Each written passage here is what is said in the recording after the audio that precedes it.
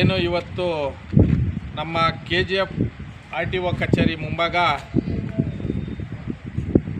ಈ KGF RTO ಕಚೇರಿಯಲ್ಲಿ ಸುಮಾರು ಹಗರಣಗಳು ನಡೀತಾ ಇದ್ದಾವೆ. ಈಗಾಗಲೇ ನಮ್ಮ ಎಲ್ಲ ಮಾಧ್ಯಮದಲ್ಲೂ ಇವತ್ತು ಏನು ನಮ್ಮ ಬ್ರೇಕ್ ಇನ್ಸ್ಪೆಕ್ಟರ್ಗಳದ ಒಂದು ವಿಚಾರವಾಗಿ ಮಾಧ್ಯಮ ಮುಖಾಂತರ ಬರ್ತಾ ಇದ್ದಾವೆ.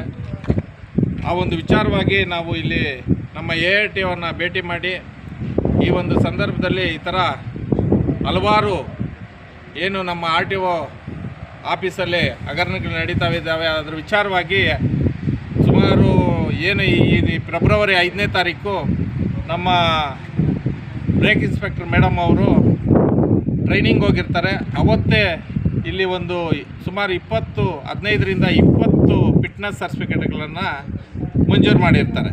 ಆ ಒಂದು ವಿಚಾರವಾಗಿ ನಾವು ಮೀಡಿಯಾದಲ್ಲಿ ನೋಡಿದಾಗ ಈ ಒಂದು KGF RTO ಹಗರಣಗಳನ್ನು ಬಯಲಿಗೆ ಬರುವಂಥ ಒಂದು ವಿಚಾರ ನೋಡಿ ನಮಗೂ ನೋವಾಯಿತು.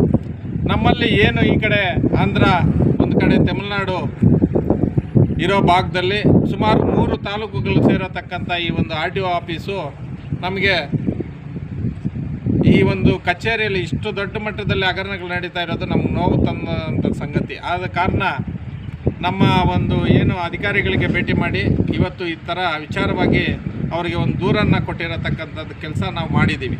ಕರ್ನಾಟಕ ರಕ್ಷಣಾ ವೇದಿಕೆ ಕಡೆಯಿಂದ ಇದನ್ನು ಅವರೇನಾದರೂ ಸರಿಪಡಿಸ್ಕೊಂಡಿಲ್ಲ ಅನ್ನೋ ಒಂದು ಮಟ್ಟ ಬಂದಾಗ ದೊಡ್ಡ ಮಟ್ಟದಲ್ಲಿ ಹೋರಾಟ ಮಾಡಬೇಕಾಗುತ್ತೆ ಅನ್ನೋ ಒಂದು ಸಂದೇಶವನ್ನು ಅಧಿಕಾರಿಗಳಿಗೆ ಕೊಟ್ಟಿರತಕ್ಕಂಥದ್ದು.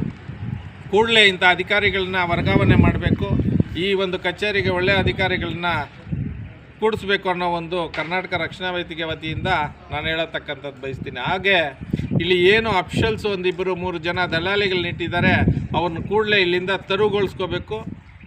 ಆ ಒಂದು ದಲ್ಲಾಳಿಗಳಿಂದ ಇಲ್ಲಿ ಈ ಕಚೇರಿಗೆ ಕೆಟ್ಟ ಹೆಸರು ಬರೋದು ಬೇಡ ಅಂತ ಹೇಳ್ತಾ ಅಧಿಕಾರಿಗಳಲ್ಲಿ ಮನವಿ ಮಾಡಿದ್ದೀನಿ. ಈ ಒಂದು ಅದನ್ನು ಅಧಿಕಾರಿಗಳೇನಾದರೂ ಈ ಒಂದು ಏನು ವರ್ಗಾವಣೆ ಮಾಡಿ ಅವ್ರನ್ನ ಆದೇಶ ಮಾಡಿ ಬೇರೆ ಅಧಿಕಾರಿಗಳು ಇಲ್ಲಿಗೆ ಕರೆಸ್ಕೊಂಡಿಲ್ಲ ಅನ್ನೋ ಒಂದು ಬಂದಲ್ಲಿ ಅವತ್ತಿನ ದಿವಸ ನಾವು ಕರ್ನಾಟಕ ರಕ್ಷಣಾ ವೇದಿಕೆ ವತಿಯಿಂದ ಹೋರಾಟ ಮಾಡ್ತೀವಿ ಅನ್ನೋ ಒಂದು ಮಾತನ್ನು ಹೇಳಕ್ಕೆ ಬಯಸ್ತಾ ಇದ್ದೀನಿ.